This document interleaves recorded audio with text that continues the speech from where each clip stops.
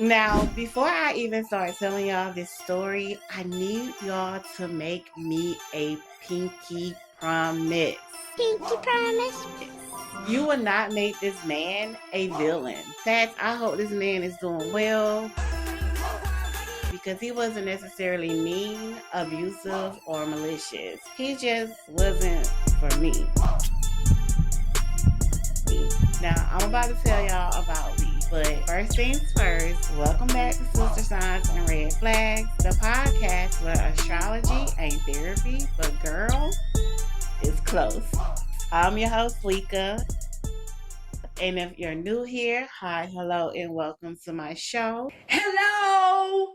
Hi! Thank you so much for tuning in. And to returning viewers and listeners, y'all already know what it is. I love y'all so much for returning and supporting me in every way that you do. With that being said, today's episode is a red flag dating story. And I'm finna tell y'all how I went to the grocery store on the 4th of July and somehow left with a date and an appreciation for this man's story that I decided not to make part of my own. So let's talk about Lee Child. This happened a few years ago. It was the 4th of July. And if I remember correctly, I had just moved to the city that I live in now a couple of months earlier. So I stopped by the grocery store to grab a few things, you know. Now, because it was the 4th of July, baby, y'all already know that everybody and their mama was in that grocery store. People buying hamburger meat, hot dogs, potato salad, chips, and all of the things. And the lines, baby, was long as hell. I'm talking about hella long. I'm talking wrapped around the front of the store. There was this man standing over by customer service, and eventually he ended up behind me in line. I looked at my basket, I looked at his, and I was like, you know, you can go ahead if you want to. But he smiled and he said, no, I'm all right. So I paid for my groceries, headed outside, and started walking to my car. Now, I don't know if y'all can relate. I don't know if this is a woman's thing or a true crime thing or both, but something in my spirit said he finna come try to talk to me. And sure enough, just as sure as my name is Lika, here he comes, approaching my car, introducing himself, and giving me his phone number on a piece of what he called fishing paper. Do y'all know what fishing paper is? Because, girl, I had never heard of it until that time. So I got in my car, went on home, put my groceries up, cooked a little dinner, and somewhere along the way, I decided, well, hell, I ain't doing nothing else, so I text him, right?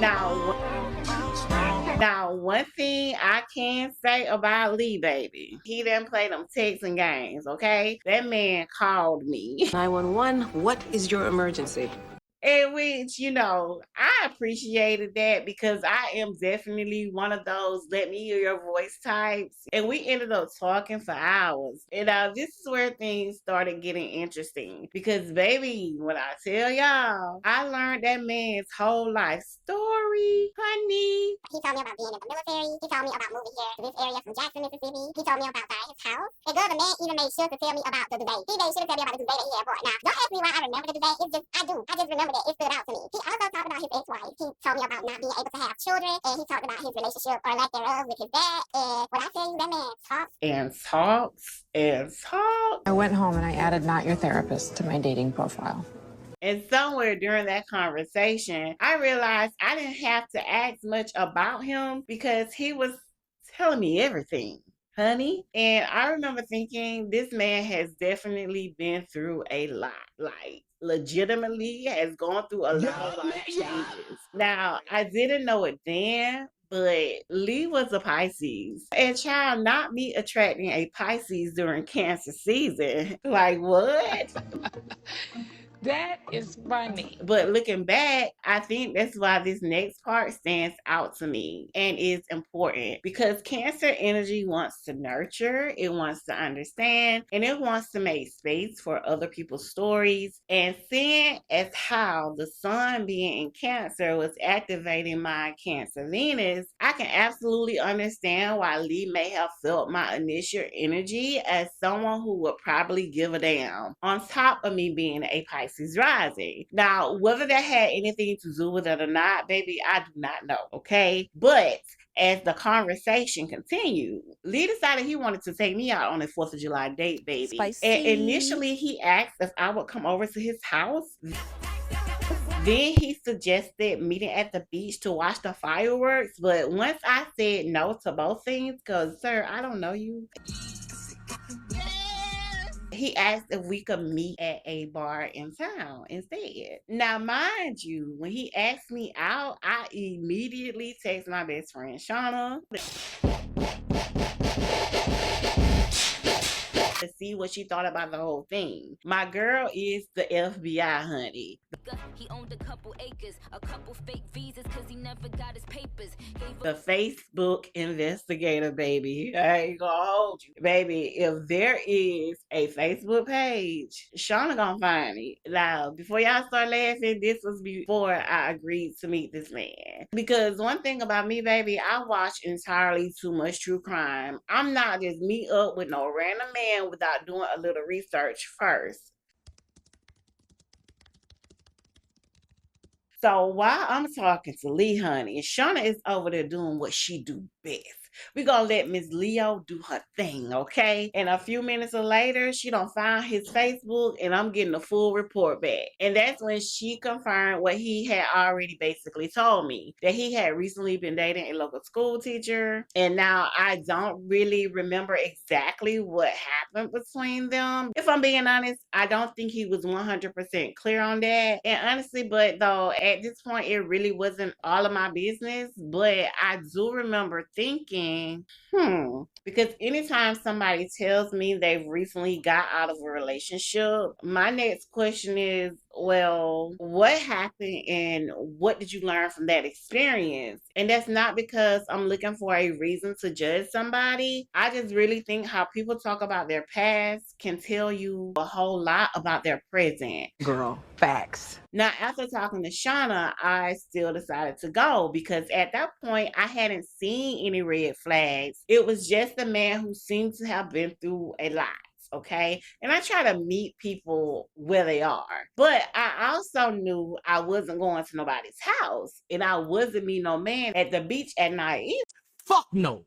Baby, hell no, absolutely not. So when I told Lee I wasn't comfortable with either one, he didn't argue, he didn't push, he didn't make me feel bad about it. Instead, he asked if we could meet at the bar in town. Now that, baby, I could absolutely do. Let me grab my bag. Now, let me tell y'all, child.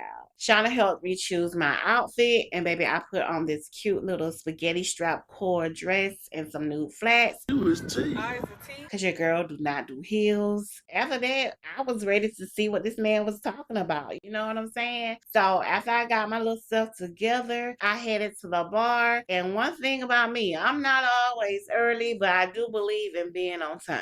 So naturally, I got there first. And the bartender, baby, she was checking on me the whole night. And I think she realized I was meeting him for the first time. And I really appreciated that. Thank you so much. Very, very nice. And I was just waiting for him to show up. And because it was the 4th of July, the kitchen had actually already closed because he had told me like they have really good food at this bar. So dinner was absolutely out of the question, but we ended up just having drinks. Now, one thing I noticed pretty quickly, Lee had already been drinking. It was not falling down drunk or acting a fool. You could tell he had just already been drinking. So we sat there and talked, and the conversation felt a lot like our phone calls. He talked, and I listened. Yeah. Sure. I asked questions, he answered them somewhat. And somewhere during that day, I remember thinking, this man may be a good man. He just not my man. Now, before y'all start fussing, I didn't know that sentence word for word back then. But that's the feeling I left with. We laughed, we talked, I somewhat enjoyed myself, but something still wasn't quite clicking for me. Nope. No way.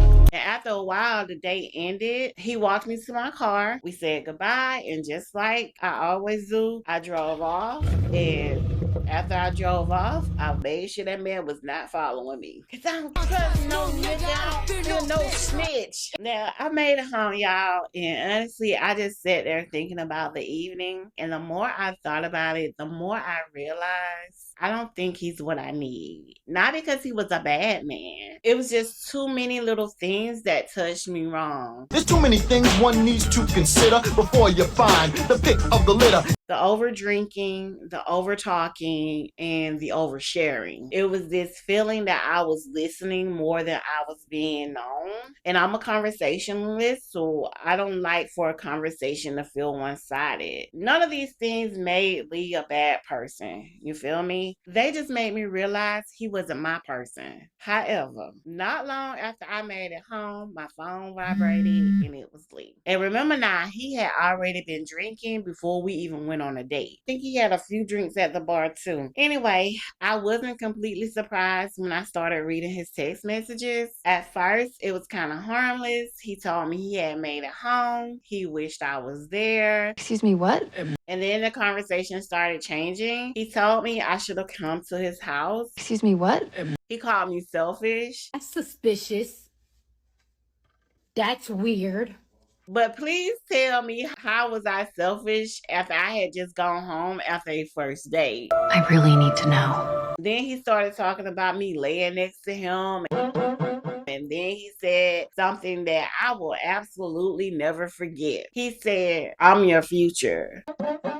Girl, my first thought was, sir, you don't even know me. So I was basically like, so that's what you want? To lay with me? To have sex with me? Because I'm a very direct person. Like, I don't like to beat around no bushes. And then I told him, basically, you shouldn't say things like that. But instead of him slowing down, he kept trying to convince me. He even brought up the fact that I'd been married and divorced twice, which was one of the things that I did manage to tell him about myself. But he told me, basically, that he doesn't make the same mistake twice.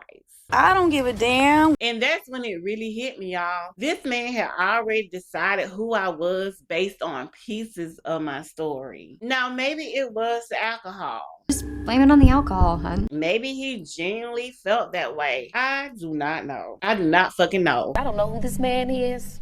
But what I did know was that we had walked away from the same date feeling two very, very different things. And I also knew that I wasn't fucking with that nigga no more. No more dates for Lee. No more dates for Lee, y'all. No more fucking dates for Lee. And I know some people are probably listening to this story thinking, Lika, those don't sound like big deals. And you know what? Maybe to somebody else they wouldn't be. However, you don't have to wait for someone to become your worst nightmare before deciding they're not your dream. You don't have to wait for that shit. Clue, clue, clue. Sometimes compatibility is found in the little things, the conversations, the pace, the way someone responds when you disagree with them. Because let's be for real, we're not going to all agree on everything. No, not always. Also, the way they handle your boundaries.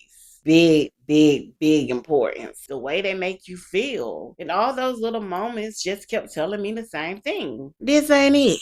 And I think that's one of the hardest lessons Cancer energy has to learn. Just because you can understand someone's story doesn't mean you're responsible for becoming part of it. You can have compassion for somebody without committing to them. You can wish them well without wishing them into your future. And that's why I say you can appreciate someone's story without making them part of your own. Now, I want to hear from y'all. Have you ever met someone who wasn't necessarily a bad person, but you knew they just weren't the person for you? What was it about them that made you realize this?